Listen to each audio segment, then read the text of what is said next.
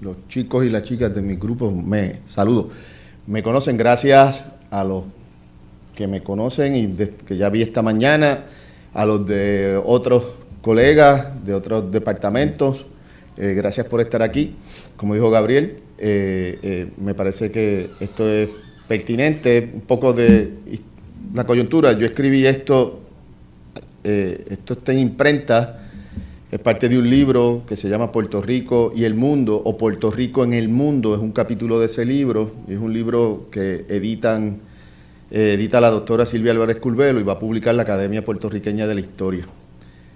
Como no ha salido, pues dije, bueno, qué mejor la coyuntura, hago un adelanto acá con mis estudiantes y con la comunidad universitaria de acá de Arecibo.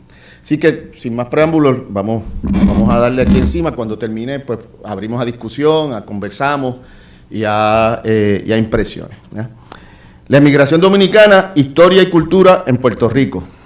El Caribe, región de la cual Puerto Rico es parte, ha sido pensado históricamente desde diferentes posicionamientos y ejes temáticos. Es decir, los intelectuales caribeños se han esforzado por construir respuestas a las siguientes preguntas. ¿Qué es el Caribe y cuáles son las características históricas que lo insertan o lo hacen parte del mundo?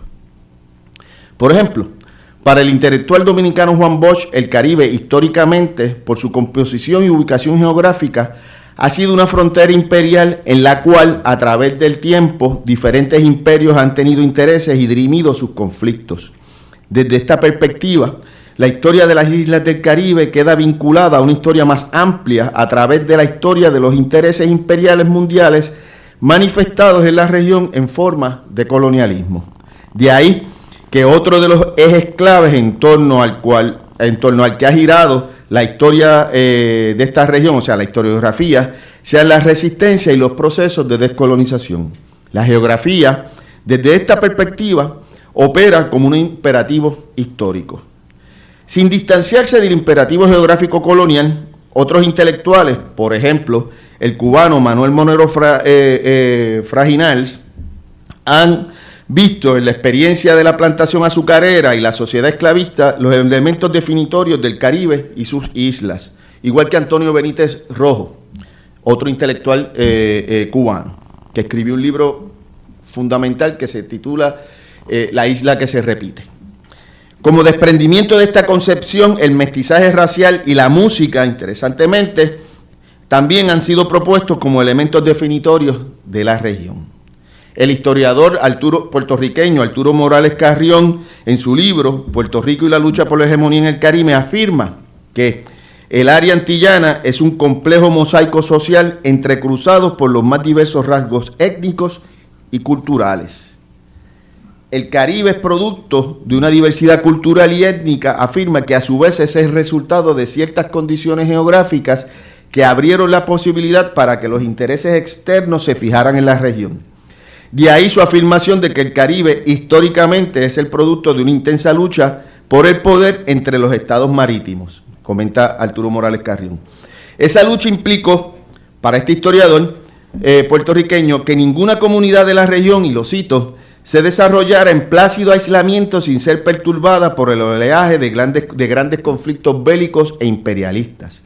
Adelantará una definición de espacio en la que tierra y mar no están separados, en la que la trama de la tierra queda relacionada con la historia del mar. Ambas tramas se complementan para que la idea de lo abierto sea la condición histórica de la región y por ello el contacto fluido, una de las características para entender los procesos históricos de nuestra isla y la región en la que nos encontramos. Otra manera de caracterizar a Puerto Rico y el Caribe fue realizada por el poeta puertorriqueño Luis Pález Matos. Este poeta describió a Puerto Rico como una burundanga. Yolanda Martínez San Miguel, una crítica literaria puertorriqueña, se ha referido a esta metáfora como la ausencia de una categoría definitiva para describir al Caribe. Añade que Pález Matos sugiere una ausencia de orden como un aspecto positivo que funciona en tanto que, la cito, permite reconfigurar y desplazar las fronteras. La idea de lo indeterminado y el desplazamiento de fronteras junto a la idea de lo abierto y el contacto fluido de Morales Carrión nos permite hacernos preguntas sobre la importancia de los movimientos migratorios en el Caribe y la constante reconfiguración de nuestras ideas sobre lo caribeño y la identidad puertorriqueña. En esta conferencia me interesa hacer un análisis de la importancia e influencia del proceso migratorio dominicano hacia Puerto Rico, enfatizando en su historia, importancia económica, demográfica y cultural. Por tratarse de una historia de contactos e intercambios, asumo que el desplazamiento y establecimiento de seres humanos hacia otras costas puede ser otra estrategia de análisis para estudiar y problematizar cómo nos insertamos en la región y en el mundo. Partimos de una serie de preguntas. ¿Alguna vez se han preguntado ustedes cuál es la historia de las relaciones entre Puerto Rico y República Dominicana? ¿Cómo podemos estudiar la misma sin perder de perspectiva el componente humano y su impacto en la historia contemporánea de nuestro país y la región de la que formamos parte? Hay diferentes maneras de pensar cómo se forman los países y sus respectivas identidades nacionales. ¿Qué tenemos en común con otros espacios, con otros lugares, incluyendo el espacio latinoamericano? ¿Cómo pensar una manera de insertarnos en esas historias que sobrepasen nuestras costas y nos permitan ampliar la escala espacial en la que ubicarnos como país? Aunque hay muchas alternativas para contestar esta pregunta, posiblemente ya te has dado cuenta, bueno, esto es parte de lo que se va a publicar, pero ustedes no han leído los capítulos que van antes de este capítulo, pero se lo leo. Aunque ya hay, aunque hay muchas alternativas para contestar estas preguntas, posiblemente ya te has dado cuenta al leer y discutir los capítulos precedentes. Yo propongo que nos acerquemos a la emigración, primero como concepto, para luego dedicarnos a estudiar el impacto de la inmigración dominicana hacia nuestras costas, para rastrear cómo ha influenciado la manera en que nos pensamos como parte del mundo. El escritor Historia y aspectos demográficos de la emigración. El escritor argentino Martín Caparrós, en su libro Ñamérica, que lo discutimos con Kiara, si está por ahí, Corali, no las veo, pero lo discutimos hace un año en una de mis clases. Caparrós, en su libro Ñamérica, ha planteado que la emigración, o sea, el movimiento de personas, es uno de los elementos fundamentales para entender la formación de lo que conocemos como América. Comenta que América es un continente que nunca se ha quedado quieto, que está en constante movimiento. Ese vaivén provoca cruces y tensiones, miedos y reacciones. No obstante, lo importante es que reconozcamos la influencia que ejercen los movimientos migratorios en la articulación de las identidades, con sus filias y fobias, al mismo tiempo que esos procesos se convierten en avenidas que, nos guste o no, nos insertan en un mundo que siempre es compartido. Los contactos y el flujo de personas provocan una ampliación, una magnificación de nuestras insularidades y de nuestros horizontes históricos. De ahí la importancia de estudiarlos para tratar de entendernos mejor. Los contactos entre las islas caribeñas, entre estas dos islas, la Española y Puerto Rico, datan desde tiempos precolombinos, cuando la sociedad araucana comenzó su viaje por las islas del Caribe desde la región de la desembocadura del río Orinoco en el norte de Venezuela. Puerto Rico y República Dominicana, o la Española, no fueron la excepción. Historiadores y arqueólogos han documentado la frecuencia de los contactos e intercambio entre los pobladores de ambas islas. Durante el periodo colonial, el flujo de personas también fue frecuente. Particularmente se trataba de soldados, funcionarios públicos, sacerdotes y esclavos. Como puedes observar, las relaciones entre ambas islas estuvieron signadas, en este caso, en este periodo, por el colonialismo español, lo que facilitó, interesante, junto a la cercanía geográfica, la formación desde el saque de una historia compartida. A finales del siglo XVIII y comienzos del siglo XIX, una sucesión de acontecimientos políticos, como la cesión de la Española a Francia en 1798, el triunfo de los esclavos en la Revolución Haitiana en 1804, la unificación de la Española bajo la bandera haitiana desde 1822 a 1844, provocaron el aumento de la presencia de inmigrantes en Puerto Rico provenientes de Santo Domingo, particularmente de la parte este de lo que hoy es la República Dominicana. El sociólogo Jorge Duany ha estudiado y apunta que aquella emigración estuvo compuesta por propietarios, esclavos negros y trabajadores mulatos. Los recién llegados optaron por asentarse en la región oeste de Puerto Rico, donde, gracias a la afinidad cultural, no les fue difícil comenzar a echar raíces. Como se pueden ir imaginando, los movimientos migratorios, o como pueden imaginar, los movimientos migratorios no siempre fluyen en una sola dirección. Ese fue el caso durante la primera mitad del siglo XX. El desarrollo de la industria azucarera en la República Dominicana provocó un aumento en la demanda de trabajadores, lo que motivó la emigración de muchos puertorriqueños hacia aquella isla. El primer censo poblacional de la República Dominicana, realizado en 1920, identificó 6.069 puertorriqueños viviendo en el país vecino, lo que constituía un 12.2% de la población de aquel país.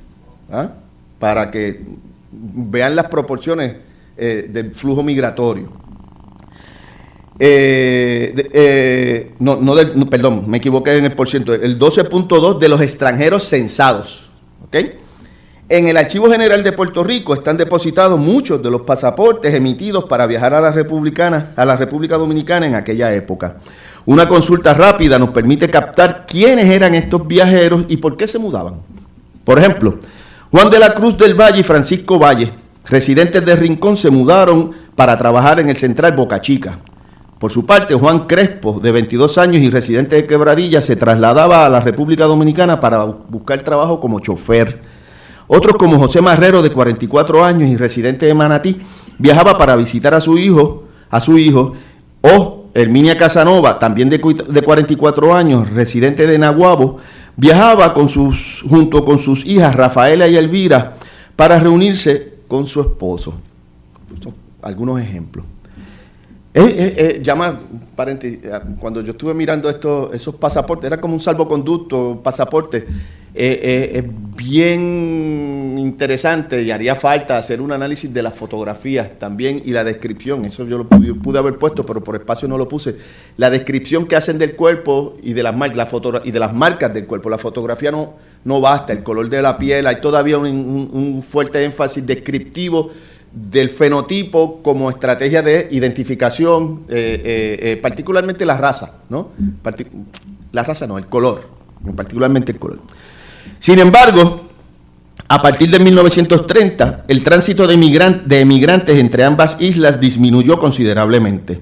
Esto debido a la llegada al poder del dictador dominicano Rafael Leónidas Trujillo Molina. Este siniestro personaje, junto a una élite, controló la vida política, económica y cultural de la República Dominicana desde 1930 hasta 1961. En ese año fue asesinado. El tiempo histórico se puede representar y marcar de muchas maneras. En este caso, la figura del dictador, debido al control del movimiento de personas que ejerció, nos facilita construir una periodización. En otras palabras, nos permite identificar un antes y un después de la dictadura. Durante este periodo, los flujos migratorios disminuyeron y solo algunos políticos antitrujillistas llegaron hasta las costas de Puerto Rico. De estas figuras podemos destacar al escritor y futuro presidente de la República Dominicana, Juan Bosch, que llega en 1938, y a Juan Isidro Jiménez Grullón, médico, ensayista y político, y amor de la vida de Julia de Burgos, by the way. Ambos continuaron con su activismo político en contra de la dictadura y se insertaron y contribuyeron en la vida cultural puertorriqueña de finales de la década del 30. Etapas de la emigración dominicana hacia Puerto Rico. Una serie de factores políticos y económicos, como pueden ir perfilando, que surgieron luego de la muerte de Trujillo en 1961, provocaron una oleada significativa en la emigración dominicana hacia Puerto Rico. A la incertidumbre y violencia política que provocó la muerte del dictador, debemos sumarle el inicio de un proceso de democratización fallido que culminó con un golpe de Estado al presidente electo, en este caso Juan Bosch, y su exilio hacia Puerto Rico en 1963. Y una eventual guerra civil e intervención de las fuerzas militares norteamericanas en territorio dominicano allá para 1965. A partir de 1966 asume la presidencia de la República Dominicana otro personaje siniestro vinculado al Trujillato, Joaquín Balaguer. Este presidente, que al igual que Juan Bosch tenía madre puertorriqueña, va a controlar de forma férrea y violenta la política dominicana hasta 1968.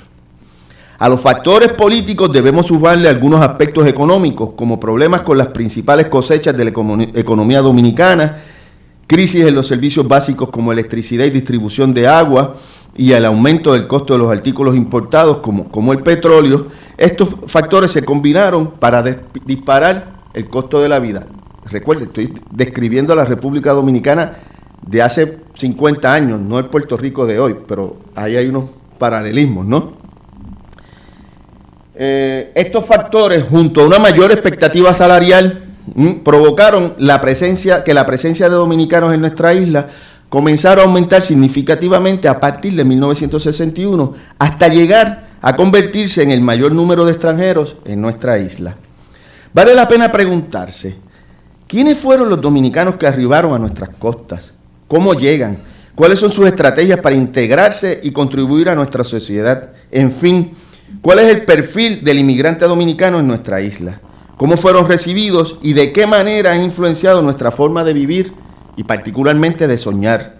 Para contestar estas preguntas voy a hacer referencia a los trabajos del sociólogo Jorge Duany y particularmente a dos informes, a dos investigaciones sobre la inmigración dominicana en Puerto Rico, uno publicado por el Dominican Studies Institute del City University of New York y otro publicado por la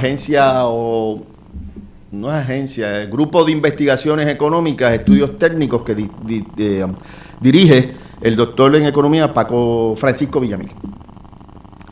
Durante más de 5 décadas, y esto es bien interesante, durante más de 5 décadas la emigración dominicana hacia Puerto Rico ha tenido altas y bajas. Sin embargo, ha sido constante. De los estudios mencionados se desprende que la población dominicana constituye el grupo de inmigrantes más importante en Puerto Rico. A partir de los datos censales recopilados por la Oficina del Censo de Estados Unidos, la población en Puerto Rico en el 2021, la población dominicana en el 2021 era de 58.352 personas. Sin embargo, esta cifra hay que problematizarla. ¿Por qué? ¿Cómo se identifica a la población dominicana a través de los datos del censo? Yo me hice esa pregunta. Resulta que esta cifra solo toma en consideración a aquellas personas que se identificaron como dominicanas. Para tener un número más exacto sobre este sector de la población hay que incluir a aquellos que en el censo se identifican como puertorriqueños, pero que nacieron en la República Dominicana o son descendientes de dominicanos en la isla. Además, debemos considerar como parte de este sector a aquellas personas cuyos padres, lo que acabo de decir, cuyos padres son de origen dominicano. Tampoco debemos dejar fuera de este estimado a los que, por alguna razón, quedan fuera de los conteos oficiales de personas que realiza el Estado. Entonces, si asumimos a las personas que contestaron el censo y si sumamos a las personas que contestaron el censo y se identificaron como dominicanos, más aquellas que tienen una herencia dominicana, aunque se identifican como puertorriqueños, y las agrupamos con un estimado de personas no incluidas en las estadísticas oficiales, tenemos que para 2021 el total de la población dominicana que residía en Puerto Rico debía estar cerca de las 93.175 personas.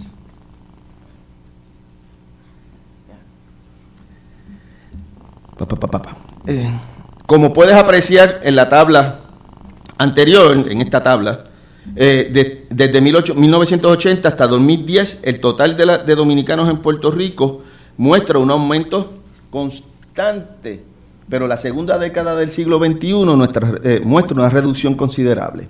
Esa reducción es el resultado de la crisis económica que impacta a Puerto Rico, cuyas características principales son el colapso del modelo de desarrollo económico, la crisis financiera tanto local como en Estados Unidos, la quiebra del gobierno de Puerto Rico y el impacto de los huracanes Irma y María. No es solo que se ha reducido la cantidad de dominicanos que arriban a nuestras costas, sino que al igual que miles de puertorriqueños, muchos de los dominicanos residentes en Puerto Rico optaron, igual que los puertorriqueños, por mudarse a Estados Unidos en búsqueda de mejores condiciones económicas y de vida. Por tal razón es posible afirmar que la emigración de puertorriqueños y dominicanos hacia Estados Unidos constituye otro de los entrecruces de nuestras historias. Es importante destacar que la presencia de inmigrantes en las sociedades produce la expresión de obsesiones y temores por parte de la sociedad que los recibe. En nuestra contemporaneidad es evidente eso, y particularmente después del 20 de enero. Con muchas posibilidades deben haber escuchado algún comentario despectivo en contra de la población dominicana en Puerto Rico. En épocas de crisis económica aumenta la vulnerabilidad de la población emigrante.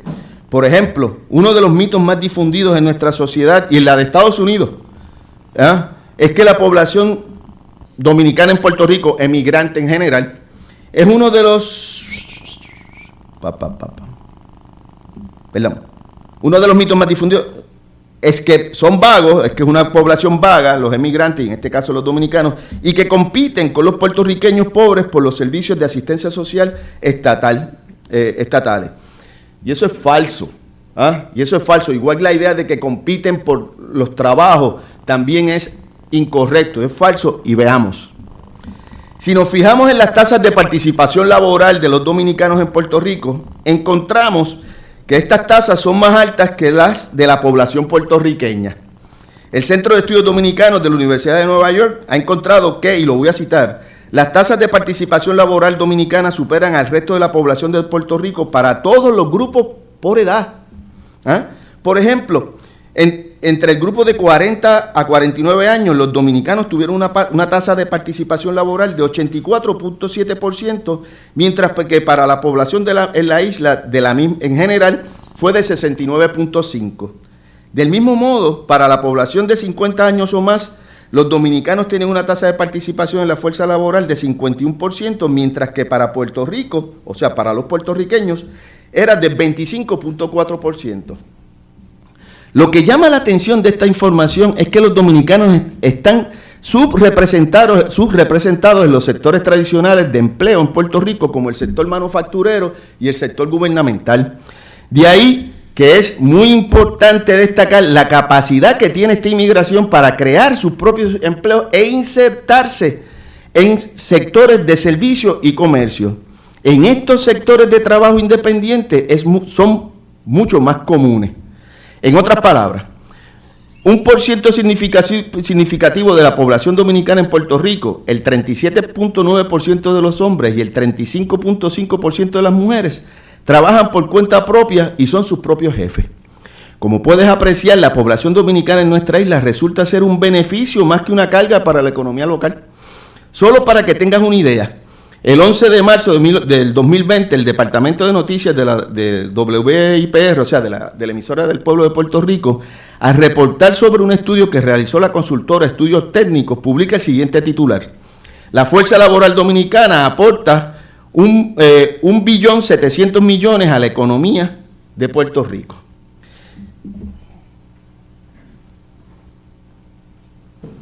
Si observas el mapa, se observa en el mapa que la gran mayoría de los dominicanos en Puerto Rico se concentra en la zona metropolitana, particularmente en San Juan, Carolina y Bayamón. Otros pueblos con una concentración de dominicanos menor, pero significativa, son Caguas, Mayagüez, Ponce. Aunque también hay presencia de migrantes en las zonas rurales de Puerto Rico, en los centros urbanos donde los dominicanos prefieren vivir, y buscar sus oportunidades de empleo. En las ciudades se emplearon o asumieron empleos domésticos, jardineros, guardias de seguridad, vendedores ambulantes, trabajadores en salones de belleza y trabajadores de construcción. Un grupo más reducido se ha insertado en el mercado laboral como profesionales de las comunicaciones, médicos, abogados, maestros, músicos y trabajadores sociales. En otros pueblos de la isla se dedican a la recolección de frutos, particularmente café, en el sector agrícola. Como ya te comenté, es posible marcar dos momentos migratorios de los dominicanos hacia Puerto Rico, antes y después de la muerte del dictador Rafael Leónidas Trujillo. Pero, a su vez, también es posible identificar dos momentos migratorios después de 1961. El primero, hasta 1970, caracterizado por una emigración de personas educadas y pertenecientes a la clase media dominicana y, como comentan José L. Vázquez Calzada y Zoraida Morales del Valle, de piel clara. Un segundo auge migratorio lo podemos ubicar en las décadas de los 70 y 80. A partir de estas décadas es que aumenta la emigración ilegal y de personas menos cualificadas en términos laborales, y a su vez la discriminación comienza a ser más palpable y más evidente.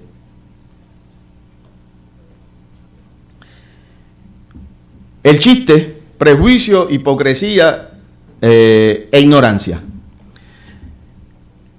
El sociólogo Jorge Duany ha señalado que la causa principal del prejuicio ha sido la asociación común entre clase baja, tez oscura, origen extranjero y estado de legal irregular. Si nos fijamos con detenimiento, es posible que puedas percibir la manera en que nosotros como individuos y sociedad elaboramos y representamos nuestra identidad a partir de la afirmación de una diferencia y un distanciamiento respecto a los que consideramos otros. La manera en que tramitamos nuestra relación simbólica y material con los dominicanos en Puerto Rico los constituye como ese otro que no es igual a mí por razones raciales, legales y de origen. De ahí que se facilita la expresión de nuestras crueldades que asumen la forma de chiste, la forma del chiste, el graffiti. Y digo el graffiti porque en la última década del siglo pasado, en diferentes lugares de la zona metropolitana, aparecieron grafitis que decían y que pedían muerte a los dominicanos, particularmente en Río Piedras, en el área de Santurce también. Y la violencia institucional del Estado, tanto del Estado como el individual, ¿no? Esos tres aspectos. Muchas de las quejas señalan a los dominicanos como responsables de la pérdida de empleos y de la invasión de los barrios. Los chistes dominicanos enfatizan en una supuesta falta de inteligencia, se mofan de la manera en que hablan, que son unos mojados en clara referencia al viaje ilegal a través del Canal de la Mona y su desprestigio ocupacional. Llaman la atención sobre la cantidad de programas de radio y televisión que caricaturizan a los dominicanos como personajes graciosos, ignorantes, chabacanos y desordenados. Además, se le adjudica la responsabilidad del aumento de la criminalidad. Solo imagínate lo que es vivir en un lugar donde eres responsabilizado de los males sociales por ser negro, extranjero o ilegal. Se podrá pensar que esto que estamos discutiendo, particularmente esto que acabo de decir, es muy pesado y hasta incómodo.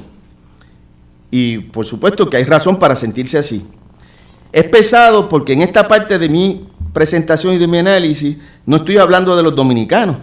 A quienes estoy describiendo es a un nosotros, o sea, a nosotros puertorriqueños y sobre todo a nuestros comportamientos sociales, los que responden a unas ignorancias y a unas hipocresías. Para que se entienda mejor, detengámonos y analicemos lo que aparentemente es más inofensivo, un chiste étnico y la risa que provoca. Al respecto, Yolanda Martínez San Miguel apunta que es en el chiste y el humor donde se forma el estereotipo de un dominicano ignorante y poco diestro que no se puede asimilar a la población puertorriqueña. De esta manera, la sociedad chistosa y alegre, o sea, nosotros, con su risa, lo que hace es levantar unas fronteras para marcar unas distancias entre un ellos y un nosotros. Las mismas responden al terrible miedo de la similitud y que descubramos que compartimos muchos más aspectos de los que los diferencian. Ese mismo miedo también constituye la evidencia de unas carencias propias de aquel que hace y se ríe del chiste. En otras palabras, hacemos chistes porque nos negamos a conocer a los dominicanos. De ahí que el chiste hable mucho más sobre nosotros y nuestra ignorancia. Si nos concentramos en entender nuestros chistes y la risa que nos provocan, tendríamos que comenzar a reírnos de nosotros mismos. Ese sería un primer paso para transformarnos, para mí, en una mejor sociedad. Nuestra relación con la inmigración dominicana tiene muchas aristas. Lo interesante es que todas, de manera positiva o negativa, abren el camino para ampliar nuestros horizontes culturales. La presencia de una inmigración tan amplia ha tenido otros impactos en nuestra cultura, más allá de la importancia económica a la que he estado haciendo alusión. Su integración a nuestra sociedad ha provocado que tengamos que mirarlos de otras maneras en las que la convivencia y el reconocimiento de la cercanía haga que culturalmente florezcamos. Los sabores dominicanos en Puerto Rico, merengue y sazón. Y hay otro ¿Cómo es que se llama el otro ritmo que estábamos en la clase de geografía? ¿Cómo? Ese que yo no lo conocía, pero bueno, ahí está. Mientras la presencia de dominicanos en Puerto Rico seguía en aumento, también nuestra exposición a sus manifestaciones culturales. Durante la década de los 70 y 80 del pasado siglo, el merengue rivalizó con la salsa como el género musical más popular, escuchado y bailado en Puerto Rico. No se planificaba una fiesta de graduación, una boda o cualquier celebración que no incluyera al merengue y a sus artistas como parte de la oferta musical del party. Gracias al gusto del público y al mercado de trabajo, músicos de merengue dominicanos como Johnny Ventura, Wilfrido Vargas y su orquesta, Josie Esteban y la Patrulla 15 y el conjunto Quisqueya, no solo inundaron las ondas de la radio comercial local, sino que amenizaban fiestas patronales, bailes privados, bailes en clubes nocturnos, carnavales, semanas de secretarias, días de estudiantes, fiestas de empresas y convenciones de todo tipo. El aumento de la demanda hizo de Puerto Rico una plaza de trabajo importante tanto para músicos internacionales como para músicos locales. Como respuesta a ese panorama económico del mundo del entretenimiento, comenzaron a surgir artistas y orquestas de merengue locales, puertorriqueñas. Artistas de la talla de Olga Tañón y Elvis Crespo, cuyas canciones lograron primeros lugares a nivel internacional, junto con orquestas como Límite 21 y Grupo Manía, por solo mencionar algunas, a Melina León, Giselle, Yailin Cintrón, que está al mediodía todavía en el show del Canal 4. Me perdí. Acapararon el negocio, estos grupos acapararon el negocio y escena musical en Puerto Rico por más de una década. Incluso era habitual, lo que dije, que los programas de variedades de la televisión local tuvieran como invitados a orquestas de merengue. Musical y comercialmente, el merengue redefinió la proyección internacional de Puerto Rico, más allá de la salsa, como un género musical local para la exportación. El gusto culinario de Puerto Rico también ha sido influenciado y ampliado positivamente por la presencia de chefs y cocineros de origen dominicano en nuestras costas. Estos maestros y maestras han logrado una fusión de sabores con los que nos llevan de viaje tanto al pasado como al futuro. Las cocinas, tanto de cafeterías pequeñas, o sea, la fonda puertorriqueña, como la de los sofisticados y famosos restaurantes locales, han sabido aprovechar la experiencia de muchos de los inmigrantes en la sólida industria gastronómica y turística de la República Dominicana. Por otro lado, la presencia de un mercado de consumidores dominicanos ávidos de recordar su tierra a través de la comida ha provocado el desarrollo de una demanda de aquel sazón por parte de los puertorriqueños. Además, en términos empresariales, los dominicanos han sido muy sagaces en la comercialización de un gusto gastronómico resultado de la fusión de sabores. No se sorprenda si van a los kioscos de Piñones o a Luquillo para comer alcapurrias, piononos, bacalaitos fritos, y quien los prepare y se los venda sea una persona dominicana. Y además, y por las bocinas del negocio, suene algún merengue o alguna bachata. Otro apartado. Juan Bosch, influencia política y cultural de una relación. Una reflexión sobre la importancia de la emigración de dominicanos a Puerto Rico y cómo esa experiencia ha ampliado las posibilidades para que nos insertemos en el mundo, no puede pasar por alto la figura gigante del escritor y político dominicano Juan Bosch. De madre puertorriqueña, en 1938 llega a nuestra isla junto a su familia como un exiliado político huyendo de la dictadura de Rafael Leónidas Trujillo. Al momento de su arribo ya había publicado 2 libros, Camino Real, que es una colección de cuentos, y la novela La Mañosa. Sigo el crítico literario Ramón Luis Acevedo y cito a Bosch para que sea él quien relate sobre la importancia de su experiencia en Puerto Rico a finales de los años 30. Señala Bosch: en 1938 me fui a Puerto Rico con mi esposa, que estaba embarazada, y con León Bosch, nuestro primer hijo. Allí me puse a buscar trabajo. Un día fui a la biblioteca Carnegie y ahí, hablando con una señora, le pregunté si había algún trabajo que yo pudiera hacer. Ella me preguntó que si yo era puertorriqueño y le dije que no, que era dominicano. Entonces me preguntó mi nombre y cuando le dije que era Juan Bosch, volvió a interrogarme. Dice la señora, pero usted es Juan Bosch, el cuentista dominicano. Y cuando le dije que sí, ella me respondió que para mí sí había trabajo. Interesante el comentario de Juan Bosch. Me llevó a un salón que estaba vacío, había una persona sentada en un escritorio y era Adolfo de Hostos, hijo de Eugenio María de Hostos. Él me preguntó que si yo podía trabajar en la transcripción de la obra de Hostos y yo le dije de inmediato que sí, porque yo era producto de la escuela hostosiana en la República Dominicana y me dieron el trabajo. Para el escritor dominicano, el encuentro con la obra del intelectual puertorriqueño fue fundamental tanto en términos políticos como intelectuales. No es casualidad que afirme, y vuelvo a citarlo, Hostos fue para mí un maestro a través de su obra. Él transformó mi destino.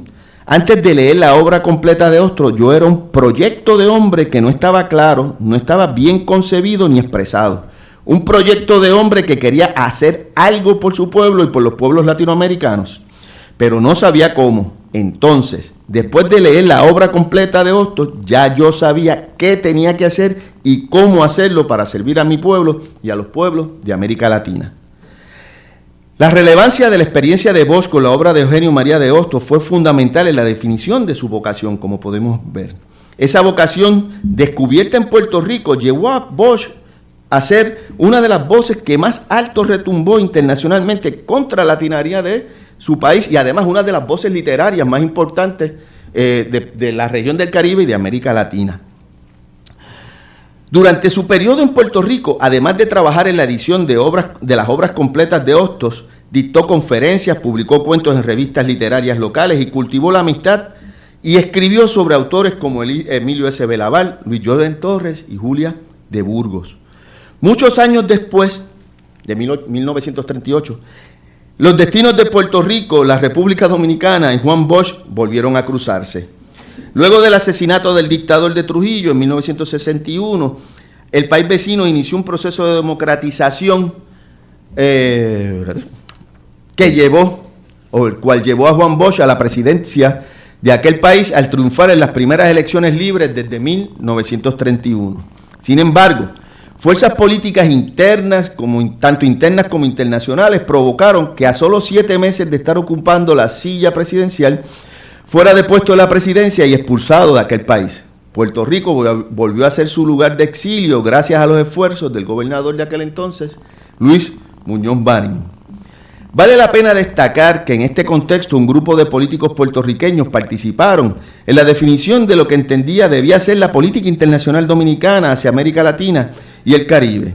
La muerte del dictador, el golpe de Estado a Bosch, sumado a la posibilidad de una guerra civil y eventual invasión del ejército norteamericano, provocó que los políticos puertorriqueños como Arturo Morales Carrión, Chaguín Polanco Abreu, Teodoro Moscoso, entre otros, vieran una oportunidad de aportar al proceso político dominicano en un intento de restituir a Bosch en la presidencia, pero también vieron la oportunidad, al mismo tiempo, de proyectarse ellos mismos como jugadores claves en la esfera internacional caribeña.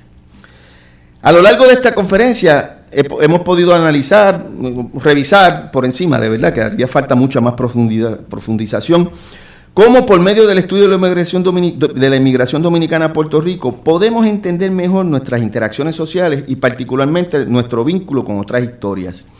Recibir inmigrantes siempre es un reto para la sociedad receptora, más bien un reto y un riesgo. Un reto porque pone a prueba una serie de factores sociales e institucionales para recibir bien a aquellos que buscan mejores oportunidades de vida. Y un riesgo porque su presencia siempre puede provocar que afloren nuestras peores caras como sociedad. Tampoco debemos pasar por alto lo que significa emigrar. Eugenio García Cuevas, profesor de la Universidad Dominicano radicado en Puerto Rico y profesor de la Universidad de Puerto Rico en Bayamón, profesor de literatura, nos recuerda lo siguiente: pocas veces se ha planteado, sin embargo, el significado existencial que implica el trasplante de estos seres humanos que abandonan su país de origen sin otro recurso que su conocimiento, que muchas veces no les servirá para nada en otro país. Ese irse y llegar implica un aprendizaje muchas veces forzoso de casi todos los códigos sociales que le dan sentido y coherencia pragmática a la cotidianidad. Toda inmigración deviene en ruptura con lo que le es propio y encuentro con lo que se considera de otro. El emigrante pasa a estar destinado a ser siempre el otro. Considero que la forma de evitar estas caras horribles del prejuicio anti-inmigrante dominicano es conociéndonos mejor, ubicándonos también en su lugar para, de alguna manera, poder reconocernos cuando nos miremos mutuamente. Gracias. Suerte.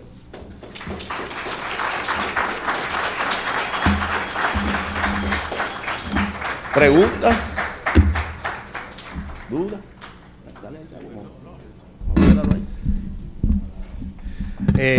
Bueno, sí. Tenemos preguntas por acá. ¿Alguien quiere comentar algo? Uy, no voy a sacar esto porque hace mucho ruido, ¿verdad? Duda, pregunta, comentario. Sí. Me imagino que ahora, con la crisis que hay en el país, es menos la población de dominicanos que venga por pues me imagino porque lo tendrán que... Primero que los costos, como se arrecia la vigilancia, y esto es una cuestión de mercado también, los costos van a subir. Los costos del viaje ilegal, me refiero. Si eran caros, si eran altos, un viaje podía estar entre $5,000 y $10,000, dependiendo, podía ser más caro aún, sobre todo dependiendo la embarcación y el tipo y la comodidad con la que viaje, ¿verdad? Se tienen que disparar porque el riesgo que corren los traficantes de seres humanos es mayor. Igual la pena. Además, Rebeca, y lo comentó profesora Frankie, y lo comentó Gabriel ahorita en su introducción, cuando hizo alusión a lo que dijo la gobernadora electa en Puerto Rico. No, es que esas leyes no aplican a Puerto Rico. Aplican a Puerto Rico sobre todo porque si ustedes, y se los comenté a mis amigos y colegas del curso de Geografía Básica, Puerto Rico es una frontera, es la frontera sur de Estados Unidos.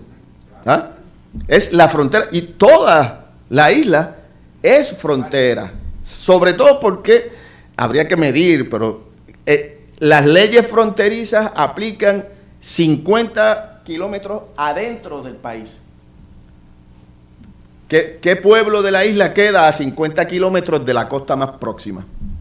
Por lo tanto, toda la región, toda Puerto Rico, le aplican las leyes y la van como la empezaron a ejercer. Aquí lo importante, o a ejecutar, aquí lo importante me parece a mí, y un poco ser el tono, el espíritu del escrito, es llamar la atención cómo como sociedad nos vamos a posicionar éticamente ante esos abusos.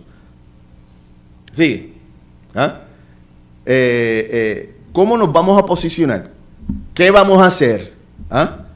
¿Qué vamos a hacer? Vamos a mirar para el lado, vamos a meter la cara como la avestruz, no le vamos a dar la relevancia o importancia que merecen, pero a mí y que conste, yo no tengo esperanza, yo creo que eso es lo que va a pasar. Yo no tengo esperanza en nuestra sociedad, yo creo que eso es lo que va a suceder. La cosa se va a arreciar. Esta madrugada leí que se firmó la prohibición o una penalización a los atletas transgéneros. No van a competir las mujeres transgéneros, no van a competir en deportes femeninos. Ya se están persiguiendo a dos sujetos sociales, extranjeros, transgéneros, por ahí vendrán la comunidad LGBT, por ahí vendrán a los homosexuales directamente, a las lesbianas directamente. En algún momento, mis amigos, yo tuve un profesor maravilloso, posiblemente el mejor historiador que ha tenido la segunda mitad del siglo XX y parte del siglo XXI, Fernando Picó, Decía, escribió un libro bello que se llamaba, o se titula, y El día menos pensado, historia de los presidiarios en Puerto Rico. Y en la introducción decía, mire compadre, en algún momento, incluso sin darte cuenta, tú vas a ser el otro.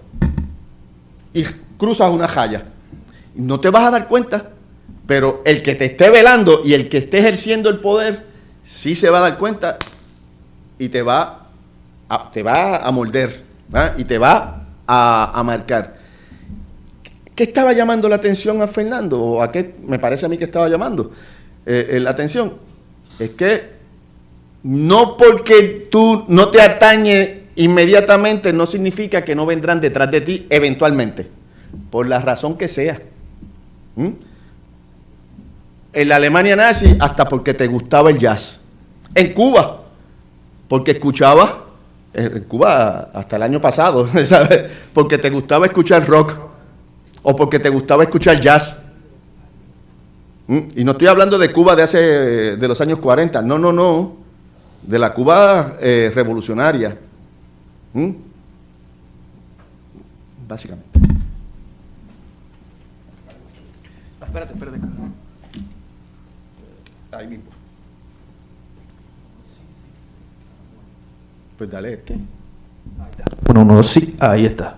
No, es que para que se escuche UPRA web. Muchas gracias. No, puntualizar dos cosas con respecto a lo que dijo la gobernadora de la frontera sur. Recuerden que para la gobernadora, cuando era representante, el Atlántico era el Mar Caribe. Así que esa cuestión de la confusión geográfica que tiene, pues... Cuando se sentaba a observar el Mar Caribe. El Mar Caribe frente de su oficina. Segundo, ¿verdad? Tú decías ahorita de los grupos musicales que se pusieron de moda en un momento dado a partir de los 80, ¿verdad? Pero antes mencionaste un grupo específico que es el emblemático, que es el Conjunto Quisqueya, que eran inmigrantes. ¿Pero que se formó aquí? No, se formó aquí en la Universidad de Puerto Rico. Sí. Eran estudiantes de la Universidad de Puerto Rico, no eran, ¿verdad? No eran el estereotipo del dominicano que viene supuestamente a trabajar en la construcción o al bajo mundo y demás. No, eran personas, ¿verdad? Con intereses profesionales. Fueron el grupo insignia del Canal 2 en el programa del mediodía muchos años, ¿verdad? Solamente para, ¿verdad?, traer ese punto, porque también los músicos son estereotipados, ¿verdad? Sí. Que no sean los músicos clásicos. El músico de la música popular, pues siempre tiene también detrás de el estereotipo del bajo mundo casi. Así que simplemente para comentar eso. Estoy de acuerdo. Por ahí. No se diga en lo que ellos piensan. Yo quiero llamar la atención que no incluí, por ejemplo, más aspectos de la literatura. En Cancara Nublado, por ejemplo, la importancia de Bosch para esa generación del 30, o de Bosch y para Bosch, y su vínculo con la generación del 30 y sobre todo con el Ateneo, es clave, ¿no? Es clave. ¿Cómo es que se llama la autora negra, poeta Rebeca?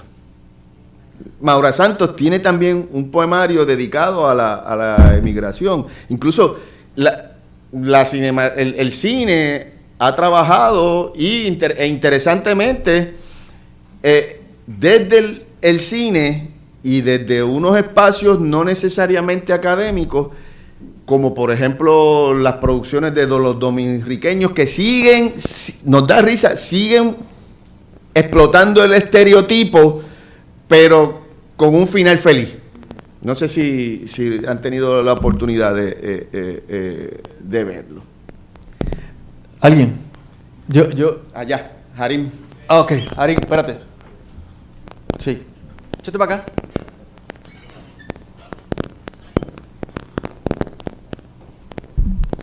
Yo pienso ahora que la ola de racismo...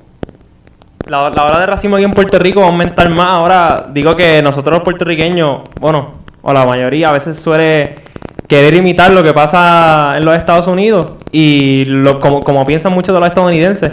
Y digo que al querer imitar eso, aquí en Puerto Rico, pues el racismo contra los dominicanos será más sin pensar que somos, pues, similar a ellos ahora. Ayer fui a comprarme unos pinchos. Voy a hacer un anuncio. Fui a comprarme unos pinchos en Malafam. Y es maravilloso.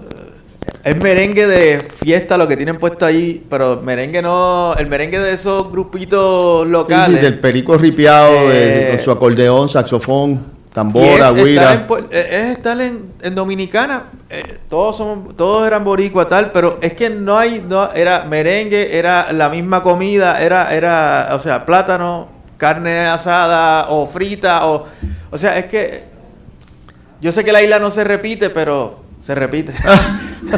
Me sigue. Yo quiero hacer un comentario en la isla de Jarín y entonces, para que tú reacciones. Me parece curioso que de alguna manera ese colaboracionismo de los puertorriqueños que tú esperas que se produzca de alguna manera, o que no eres optimista en cuanto no sea así. Y tengo una razón. Sí, me parece que responde a la misma a la misma experiencia de sentirse el otro para el gringo. Hay que portarse bien porque estoy en peligro yo allá, ¿me entiendes? O aquí mismo, no quiten los fondos federales y tal. Entonces es sabiendo que el otro te ve como ve al dominicano, como ve al mexicano, como ve al inmigrante en general. El puertorriqueño vive el miedo vive con ese mismo miedo que vive pues las comunidades inmigrantes en aquí o allá, y entonces eso es una desgracia en el sentido de que un poco vamos a empezar a discriminar contra el otro porque tenemos inclusive hasta el mismo miedo de que como les pasó a varios puertorriqueños ya que caen en las redadas y nos vayamos enredados en el tema. Sí, pero es que en el caso de los puertorriqueños, yo me imagino, es lo primero que tú dijiste, ¿verdad? Debo de mantener cierta afinidad con la política porque no quiero caer en desgracia, ¿ah? Pero también hay... No es una justificación, no lo estoy viendo como una justificación, lo estoy viendo como un problema. Problema. Seguro. Pero por otro lado, hay algo que tiene que ver con un discurso legal y un problema de lo que es tener papeles.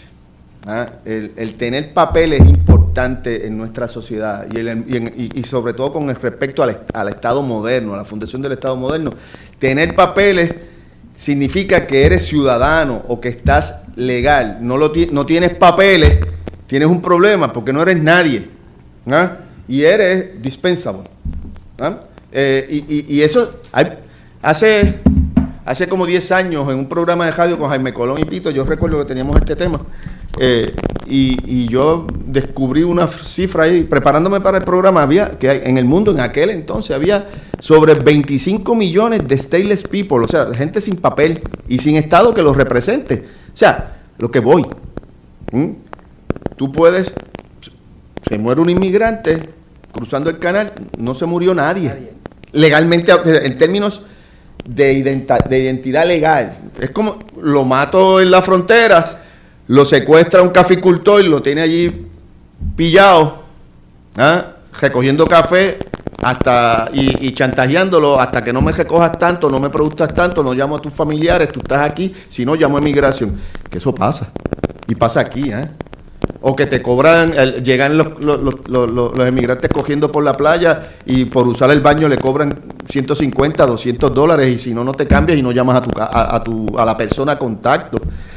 Entonces, yo creo que eso también está por ahí. A mí me parece que nos da trabajo desembarazarnos del miedo. Y una de las formas con la que nos vacunamos es con la indiferencia. Eso no es conmigo, que es mala. Porque es no reconocer un problema propio, que es lo interesante. Es la incapacidad para no reconocer un problema propio, que es un issue serio, porque lo que está de fondo, diría Hannah Arendt, que es un issue que te impide ¿qué? Pensar. Si tú no reconoces un problema tuyo Si no nos podemos reír de nosotros mismos, pues tenemos un serio problema porque no tenemos una incapacidad de pensar, de autocrítica. No sé si me van siguiendo. ¿Ah? Como sociedad. Luis, alguien, espera, Luis, a ver si hay... No, mira, Carlos, lo que decías de los papeles, ayer salió la noticia que creo que ha aumentado un 30% la solicitud de pasaporte de puertorriqueños. Claro. Y hablando de los sin papeles, en las últimas 2 Olimpiadas hay un grupo de gente a nivel del mundo que están compitiendo bajo la bandera del Comité Olímpico. Claro. Porque son los sin bandera. Desplazados. Las fronteras se mueven constantemente por guerras, las fronteras políticas, por guerras, por movimientos migratorios, porque esa es su característica, son indefinidas, son fluidas. Iba a decir algo. Miren si el asunto del papel es interesante de tenerlo, simbólicamente hablando, ¿verdad? Que detienen a los dominicanos allí en Barrio Obrero. Le piden los papeles, le enseñan la licencia. No, ese no es válido. Tienes que enseñarme pasaporte, tarjeta de residencia. Es tan y tan valioso, my friends, es tan y tan valioso para esa persona, ese papel, que no lo carga por temor a que se le pierda. Lo deja en su casa en un lugar seguro. Porque miren si los papeles son valiosos. Esos papeles de identidad que usted viaja al extranjero, se mete en un hotel. ¿Y qué hace? En la cajita fuerte de la habitación, lo escanea y lo lleva en el celular, o lo lleva en el fanny pack guardadito por dentro porque no quiere que se le pierda. Esa es la importancia simbólica del papel. Vale mucho en el mundo clandestino. Claro, porque ahora voy a pasar a eso. Porque esa es la importancia simbólica para el dueño del papel, para que aquel que depende su libertad de movimiento de ese papel, que es de lo que estamos hablando. Pero perder el papel, esa importancia simbólica significa importancia monetaria y material para aquel que se lo quite, para aquel que se lo robe o para aquel que se lo encuentre. Vale dinero, dependiendo el país que lo emita. Claro. No, me parece curioso. Mi vecina me estaba contando que se le perdió la cartera y se le perdió ahí la licencia. Entonces está preocupada porque ahora con todo esto de los inmigrantes, ¿qué puede pasar? Porque, ¿verdad? ¿Cómo es como encontrarte la lotería, encontrarte una identidad en un papel que diga que, aunque no seas tú, pero que sirva como identidad? Porque eso también es lo interesante, que el documento de identidad, aunque no seas tú, esa identidad es más valiosa que tú. Que tú. Es que claro, eso es fuerte. Vale más. El documento de identidad de un emigrante vale más que el emigrante. Claro. Por eso mucho gente con indocumentados que tienen han tramitado por el mercado negro sus identidades con nombres de estadounidenses con nombres latinos. Ese nombre latino, aunque no me representa en absoluto, es más importante que yo con toda mi historia de mi familia. Claro. Es que eso es una desgracia humana. Sí. ¿Alguien más que quiera? Sí. ¿Alguien más? De Iberoamérica, geografía. Vale. Husni. Nos quedan 5 minutos. Carlos, el problema, la migración, como tú decías al principio, esto es un mundo que siempre es compartido y en los últimos años se viene hablando que hay que gestionar la migración porque se ha gestionado mal, históricamente se ha gestionado mal el problema de la migración. Pero, ¿cómo puede ser un problema algo que ha sido históricamente así? ¿Que es así? O sea, bueno, pues, el problema entonces no es la migración, es el problema es que lo problematiza como problema, ponerlo en esos términos, ¿verdad? Es una cuestión de cómo tú significas unos procesos. Pienso que por la eso migración cito a existe antes Caparrós. que el Estado Nacional, por ejemplo. Por ahí voy. Por ahí voy. Esa es una de las limitaciones de los estados nacionales. Eso es una de las limitaciones de los issues sobre las identidades nacionales. Es una de las limitaciones también, o unos límites que impone, por ejemplo, la relación entre ciudadanía tal versus ser humano. Sí. Ahí hay una tensión que la ciudadanía va a contrapelo, aparentemente, de la concepción del ser humano. Los derechos humanos frente a los derechos humanos de los contra ciudadanos. los derechos ciudadanos, por ejemplo. ¿Quién va a ejercer a forzar los derechos humanos? ¿Qué tribunal internacional? O sea, ahí hay una fuerte, para mí, que hay que profundizarlo, por supuesto, hay una tensión entre ambos conceptos. Yo creo que los tribunales internacionales y estas entidades no tienen grip, no tienen garra para poder entrarle de lleno, por ejemplo, a Trump o a los republicanos hoy día. ¿Quién le va a entrar? ¿Quién le va a decir, mira, te voy a enjuiciar, porque lo que estás haciendo atenta contra unos asuntos básicos de esos seres humanos que tú estás movilizando o que tú estás persiguiendo allí? No es que no los regules, es que no les violes unos derechos básicos. Igual los dominicanos con respecto a los haitianos. Claro, sí. Así de sencillo. Tampoco nos nublemos, tú sabes, tampoco nos nublemos. En muchos países, Wendy Brown, una filósofa norteamericana, escribió un libro que se llama Afán de muros, me parece, ¿no? Hoy día hay un afán de construir muros, las entidades estatales, un afán fuerte. No es Trump solamente. No. Los dominicanos están construyendo una verja. En Gaza, eso está lleno de verjas. Sí. En Ceuta, en Melilla, por mencionar algunas fronteras. Hay otras que la misma selva, como el tapón del Darién, de eso sabe aquel que está allí. El tapón del Darién son límites. Y como quiera, se saltan, se logran saltar, se logran se cuela la cosa, no permite la fluidez de gente y el tránsito de gente. Escuchaba a un periodista en CNN, en CNN creo que era, o en Fox, ¿no? Fox. Es que a veces uno se pone a escuchar esas cosas para jaltarse de odio. Y estaban comentando justamente que los chinos, me parece hasta conspiranoico, ¿no? Que los chinos quieren, tienen una posición ahí en Darién porque quieren abrir la brecha del bosque y eso subiría la emigración, todo, o sea, creando esos miedos, ¿no? Sí, ahora los chinos quieren abrir el avenidas para que se invada Estados Unidos. Sí. Y con respecto a Ceuta y Melilla, pues nosotros, que es la frontera sur de Europa, nosotros somos la frontera sur de Estados Unidos aquí, ¿verdad? Y tenemos una situación que compartimos de alguna manera con... Sí, pero aquella frontera es un drama... No, claro, por supuesto, porque aquí tenemos mar, allá está África, ¿verdad? Y termino con esto. No queremos migración, pero queremos sacar a 2 millones de palestinos y ponerlos a vivir en otros países como inmigrantes. Eso también.